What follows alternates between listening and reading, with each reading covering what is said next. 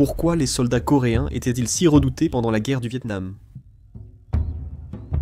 Sous la couverture de la campagne Many Flags, l'effort de guerre américain au Vietnam fut soutenu par 5 pays alliés. Il s'agissait de l'Australie, de la Nouvelle-Zélande, de la Corée du Sud, de la Thaïlande et des Philippines. De loin, le contingent le plus important fut envoyé par la République de Corée. À un moment donné, dans la phase tardive de la guerre, il y avait plus de Coréens au Vietnam que d'Américains. Durant les 8 années de leur déploiement au Vietnam, les Coréens combattirent bravement et laissèrent une impression remarquable, si marquante que leurs ennemis les craignaient et leurs alliés les admiraient. Étant l'un des plus proches alliés des États-Unis en Asie, la Corée du Sud voulait rendre la pareille pour l'aide reçue durant la guerre de Corée. Dès 1954 et 1961, la Corée du Sud avait proposé d'envoyer ses troupes au Vietnam pour aider à vaincre les communistes. À ces deux occasions, les Américains et les Sud-Vietnamiens avaient refusé l'offre. 10 ans plus tard, cependant, face aux besoins croissants de participation étrangère, les États-Unis et leurs alliés mirent la proposition sur la table pour que la Corée entre en guerre. Après une série de négociations entre les administrations américaines et sud-coréennes, un accord fut conclu pour que la Corée du Sud envoie ses forces armées au Sud-Vietnam selon les conditions suivantes. Les forces américaines en Corée resteraient en nombre égal pour prévenir une menace de la Corée du Nord. Les États-Unis soutiendraient la modernisation de l'armée sud-coréenne et financeraient toutes les dépenses des troupes coréennes au Vietnam, y compris le transport, l'équipement et les soldes. En plus de cela, le gouvernement américain accepta d'accroître son aide financière à l'industrie et à l'économie coréenne en pleine croissance. Après que l'Assemblée nationale coréenne autorisa la campagne le 21 mai 1964, les unités coréennes commencèrent à arriver au Sud-Vietnam. Le précurseur des forces armées fut le groupe d'assistance militaire que le gouvernement coréen déploya fin 1964. Il se composait d'un hôpital chirurgical mobile de campagne, d'une équipe de taekwondo et d'un groupe de construction du génie. Axé principalement sur la reconstruction, l'aide médicale et les efforts de contre-insurrection, ce groupe était populairement connu sous le nom d'unité DUB. La première unité de combat coréenne à arriver au Vietnam fut la division capitale, mieux connue sous le nom de Mengo, la division Tigre. La division Tigre était l'une des unités les plus célèbres de toute l'armée sud-coréenne. La division envoyée au Vietnam ne comprenait que 2 brigades, une brigade restant en Corée pour des raisons de sécurité nationale. Les Tigres arrivèrent au Vietnam en septembre 1965 et furent déployés dans la région de Quy Nhon, remplaçant la première brigade américaine de la 101e division aéroportée. Leur mission était de protéger les routes vitales 1 et 19. Mieux connue de ses alliés sous le nom de division des Dragons Bleus, la 2e division de marine arriva au Vietnam en même temps que la division Tigre. Ils furent d'abord déployés à Cam Ranh Bay, puis déplacés dans la zone de Duy Hoa, où ils affrontèrent le 95e régiment de l'armée nord-vietnamienne. La plus grande unité coréenne à arriver au Sud-Vietnam fut la 9e division d'infanterie, la division Cheval Blanc. Cette division arriva en septembre 1966, dans le cadre d'un nouvel accord pour l'envoi de troupes coréennes supplémentaires au Sud-Vietnam. Composée d'une compagnie blindée, d'une compagnie de reconnaissance, d'un bataillon du génie, de 4 bataillons d'artillerie de campagne et de 3 régiments d'infanterie, la division comptait 23 865 hommes. L'unité fut déployée dans le district de Ninh Hoa, à la jonction des routes 1 et 21, avec pour mission de contrôler la population locale et de défendre la base aérienne de Ninh Hoa à Cam Ranh Bay. À la fin de la guerre, la Corée du Sud déploya 2 autres unités, un bataillon de marine en 1967 et un équipage de C-46 de 12 hommes en 1969. Au total, la République de Corée déploya 47 872 hommes au Vietnam entre 1964 et 1969. Toutes les unités déployées étaient sous le commandement du général de division Chae Myung-shin. Une fois la 9e division d'infanterie arrivée au Vietnam, le général Che regroupa toutes ses unités sous le commandement du quartier général du corps à Yagen. Le recrutement pour les tours au Vietnam se fit strictement sur une base volontaire. La division capitale était une division de réserve, mais fut complétée par des volontaires issus de toute l'armée. Les commandants sud-coréens purent en sélectionner soigneusement les candidats, car le nombre de volontaires dépassait largement les besoins de la division. Il s'agissait du premier engagement international de l'armée sud-coréenne, et tout devait être au plus haut niveau. Seuls ceux qui avaient la meilleure condition physique, les meilleures compétences et la meilleure discipline ont été sélectionnés. Une fois le recrutement terminé, la division Tigre fut composée du meilleur que la Corée du Sud pouvait offrir. Le cadre de commandement était également le meilleur que l'armée pouvait fournir. Sélectionné par les commandants supérieurs, l'élite de l'académie militaire coréenne fut choisie pour la mission. Ils furent placés sous la direction d'officiers supérieurs aguerris, vétérans de la guerre de Corée. Les soldats et officiers américains n'avaient que des éloges pour leurs alliés coréens. L'armée coréenne avait parcouru un long chemin depuis la guerre de Corée, lorsqu'elle apprenait encore des militaires américains. Au Vietnam, les Coréens étaient totalement indépendants, montrant une grande compétence dans tous les aspects de la guerre, de la tactique à la logistique. De retour chez eux, les Sud-Coréens étaient entraînés à défendre leur pays contre une éventuelle invasion du Nord. Les Américains pensaient qu'ils adopteraient la même attitude au Vietnam. Aussi furent-ils complètement surpris lorsqu'ils montrèrent un haut niveau d'agressivité dans la recherche et le combat de l'ennemi. Les soldats sud-coréens étaient très minutieux dans leur mission de recherche et destruction. Ils fouillaient la zone désignée, ne laissant aucune pierre non retournée. Une fois l'ennemi localisé, les soldats coréens l'encerclaient, se refermant lentement et laissant très peu d'espace pour qu'il s'échappe. Le succès des missions dépendait en grande partie de la discipline. Après avoir passé la journée à combattre l'ennemi, les soldats coréens restaient la nuit dans l'eau, jusqu'à la taille pour sécuriser leur périmètre. Les troupes coréennes attaquaient leurs ennemis avec tout ce qu'elles avaient. Bien qu'ils n'aient pas tué autant que les soldats américains, la quantité d'armes et de matériel capturé était bien plus élevée. Ils faisaient de leur mieux pour que chacune de leurs attaques soit un coup décisif pour l'ennemi, tout en maintenant leur propre taux de perte bien en dessous de la moyenne. Il n'était pas rare que les unités coréennes affichent un ratio de perte de plus de 20 pour 1 lors de leur mission. Pour ces raisons, les Américains comptèrent beaucoup sur leurs alliés coréens pour mener les missions les plus dangereuses.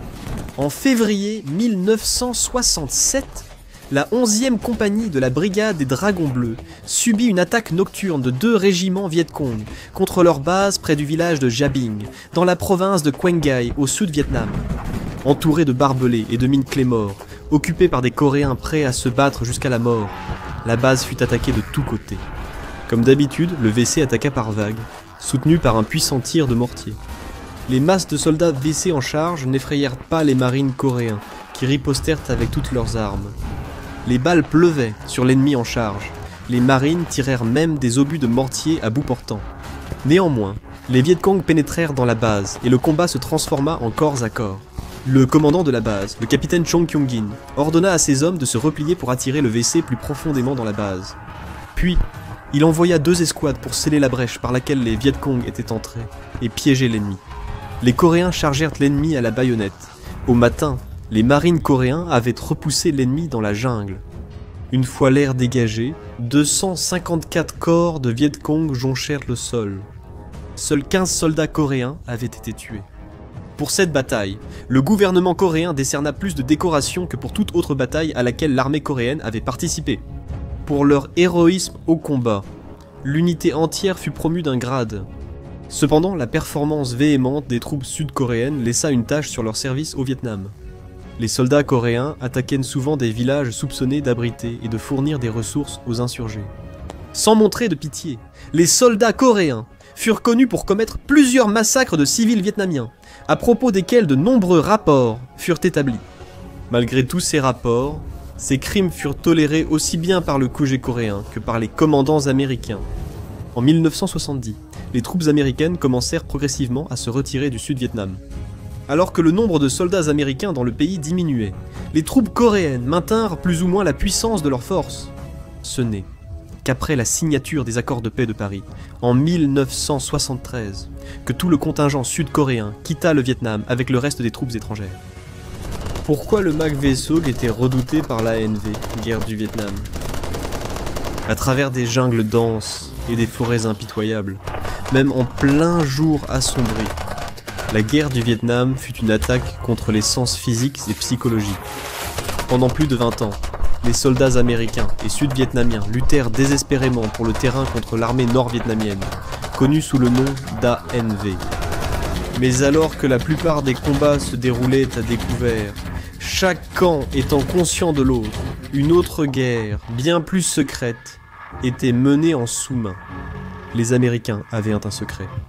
Un groupe entier de forces clandestines spécialement entraînées, capables de franchir les frontières et de pénétrer dans les cages de l'ANV, là où, sur le papier, l'armée américaine ne pouvait pas aller. Ces équipes furent responsables de certaines des missions les plus réussies et les plus secrètes de la guerre du Vietnam. Elles étaient hautement entraînées, extrêmement dangereuses et très exposées. À tel point que ces équipes, connues sous le nom de MACV SOG, eurent un taux de perte de 100%, chaque membre étant blessé au moins une fois. Qu'était le MACV SOG? Formé en janvier 1964, le Military Assistance Command, Vietnam Studies and Observations Group, ou MACV SOG, était un groupe d'élite d'opérateurs spéciaux, qui exécuta les missions les plus secrètes de la guerre du Vietnam. Opérant clandestinement le long de la piste Ho Chi Minh, il traversait le Laos, le Cambodge et le Nord-Vietnam, des zones où le gouvernement américain niait avoir envoyé des troupes. Pendant 8 ans, le MACV SOG mena des missions de reconnaissance extrêmement dangereuses, orchestra des opérations psychologiques pour diffuser de la désinformation parmi l'ANV et ses alliés, recueillit des renseignements critiques et réalisa des enlèvements de prisonniers. 2 des équipes les plus importantes qui composaient le MACV SOG étaient des équipes de reconnaissance, RT, et les forces Hatchet. Les forces Hatchet se spécialisaient généralement dans les raids et les embuscades, mais servaient aussi de force de réaction rapide pour les équipes de reconnaissance. Leur mission était si clandestine que l'existence même du groupe resta un secret bien gardé pendant plus d'une décennie après la guerre. Mais aujourd'hui, des documents déclassifiés et des survivants, comme l'opérateur emblématique du MACV SOG, John Striker Meyer, ont levé le voile sur certaines des missions les plus audacieuses de la guerre du Vietnam. La mission du jour de Thanksgiving 1968. En novembre 1968, au lieu de déguster des assiettes remplies de dinde et de tartes à la citrouille, Striker et 5 autres opérateurs furent discrètement déposés sur le sol cambodgien, chargés de traquer 3 divisions de l'ANV, portées disparues. L'objectif de l'équipe ST Idaho était d'entrer, de les trouver, puis de repartir sans que personne ne s'en aperçoive. 3 divisions équivalaient à environ 30 000 hommes, un nombre si grand qu'on aurait pu penser que les localiser et en rendre compte serait une tâche relativement facile. Mais au lieu d'explorer discrètement le terrain et de localiser les caches ennemies dans la jungle, ST Idaho s'aventura par inadvertance directement au cœur de l'action. En quelques minutes, ils passèrent d'une totale solitude, cachés dans l'ombre, à un encerclement par des camps militaires temporaires. S'ils étaient repérés, il ne faudrait que quelques secondes avant que chacun ne subisse une mort très violente aux mains de l'ANV. Mais se retrouver en plein milieu de tout cela est un mauvais endroit pour rester inaperçu. En quelques instants, un membre sud-vietnamien de l'équipe cria un avertissement « Moku VC, Moku VC » et le monde explosa autour d'eux. Esquivant miraculeusement une pluie de balles, ST Idaho posa rapidement des mines Claymore sur leur position avant de prendre la fuite. C'était le chaos. L'ANV était partout, et l'équipe du MACV SOG ne pouvait rien faire d'autre que courir et tirer, rendant le feu par le feu dans une course désespérée à travers la jungle. L'ANV n'avait probablement aucune idée qu'elle faisait face à seulement 6 hommes. Chacun d'eux combattait avec la férocité de 100 hommes, utilisant chaque astuce de leur arsenal pour repousser le flot de soldats. L'autre soldat américain de l'équipe, Bubba, installa d'autres Claymore à fil-piège pendant leur fuite. Puis, avec Meyers, ils révélèrent leur position. Armés de M79 sciés, ils envoyèrent des rafales de grenades de 40 mm sur la marée montante de ANV, ne s'arrêtant que lorsque les Claymore explosèrent, ralentissant leur avancée. Le soulagement vint pour l'équipe au retour de leur hélicoptère, qui fonça sur l'ANV, et put fournir un tir de couverture permettant aux hommes de traverser rapidement la zone d'extraction et de se jeter dans son ventre. Avec Meyer à la mitrailleuse de porte, ils prirent les airs, s'éloignant en sécurité des divisions de l'ANV désormais repérées. Opération Thundercloud. L'Amérique n'aurait pas pu participer avec succès à la guerre du Vietnam sans la connaissance locale du terrain fournie par les troupes sud-vietnamiennes. Avec son terrain dense, les habitants et les missions de reconnaissance offraient un aperçu vital des lieux où les troupes ANV se regroupaient et se cachèrent dans la végétation. Si un Viet Cong ou un ANV était capturé, il pouvait fournir des informations précieuses sur les mouvements du Nord.